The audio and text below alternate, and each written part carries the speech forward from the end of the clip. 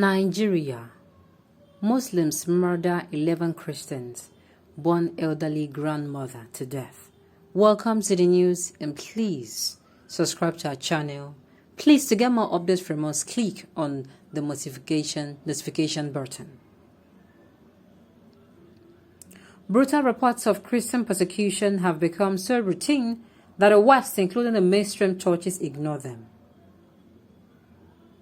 It is bad enough that Fulani jihadists again rampage through a Christian village, murdering 11 Christians, but they also burned an elderly grandmother alive, her grandson said. Oh my goodness. Oh my goodness. Oh my goodness. Just when I was thinking that the day will end without any bad news. Just when I was thinking, unfortunately, another tragedy. Another tragedy. How do these people think that doing this is actually doing the last one? I have not seen it all. Like the same religion that will call itself it's a peaceful religion will now go and this will happen. And they'll keep saying it is not them. And yes, they are not enlightening these people that it is not so. This is not funny.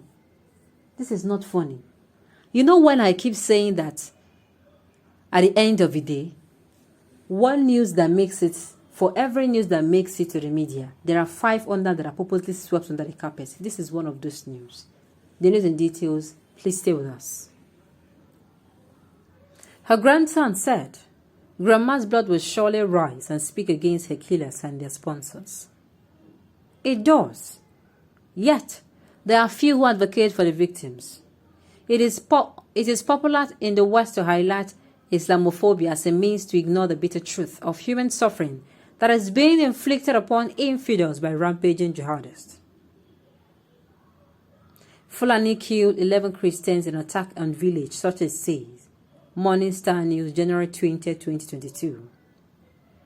Abuja, Nigeria. Fulani herdsmen on Sunday killed 11 Christians as an attack in northern Nigeria, sources said.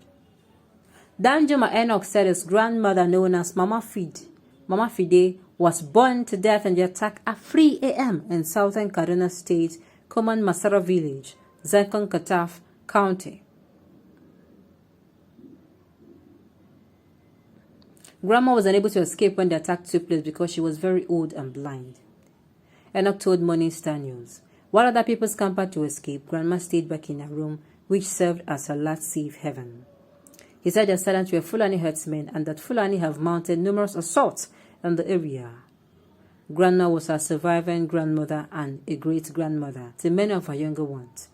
Enoch said, we can only imagine how horrible it was hard for her to breathe her last this way after living long into her old age.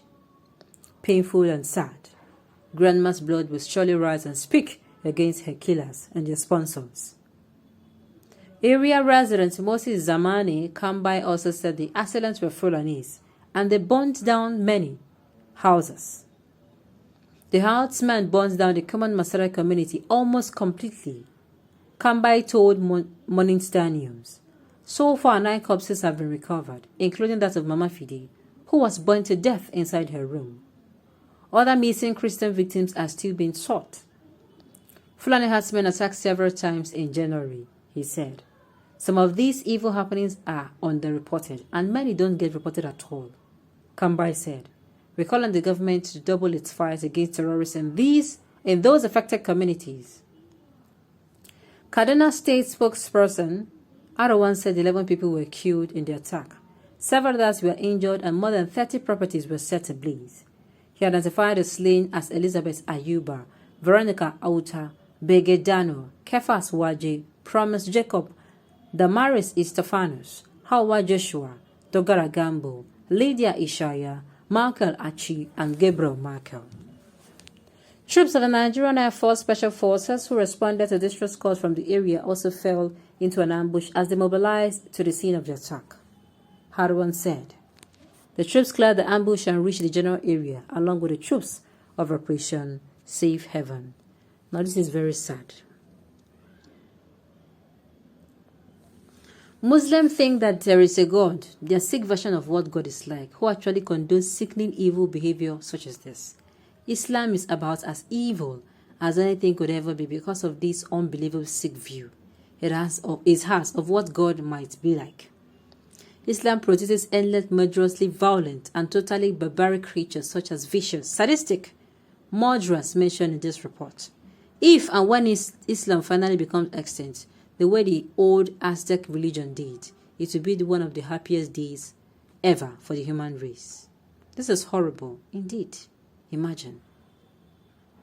This was done by people who believed they would gain an eternal reward in paradise for killing an elderly blind woman, but be sent to the unending fires of hell for eating some pork. Their minds have been completely wiped by a religion that makes sense only to the mentally deficient, the insane, and those who lie to themselves. Nigeria had been hotbed for Islamic terrorism for some years now. The so-called moral West does not have the stomach to condemn killing that goes unhindered. Instead of invoking some human justice, they are playing politics by diverting our attention to the Ugia, the programming of Muslims. When the Christchurch tragedy took place, the entire Muslim population was aghast at the killing, and West soon enough aligned with the Islamic world to express shock and dismay. What is the moral of the story here? When people associated with the evil cause of Islam are attacked, the Islamic world moves with alacrity to express shock and dismay, enabled by a heartless press, and there is mass hysteria around the incident because we are surely dealing with the best of the peoples, as Quran has put it.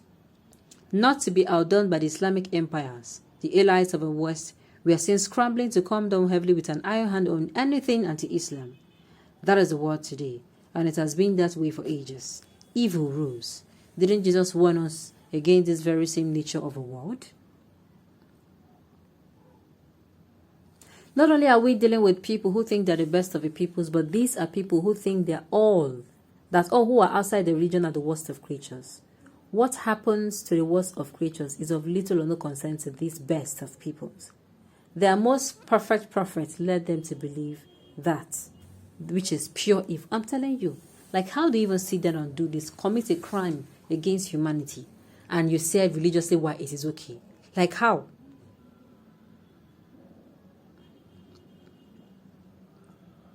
In good time, the very same thing will be occurring in US and European states, foolish enough to allow his filth into their homelands.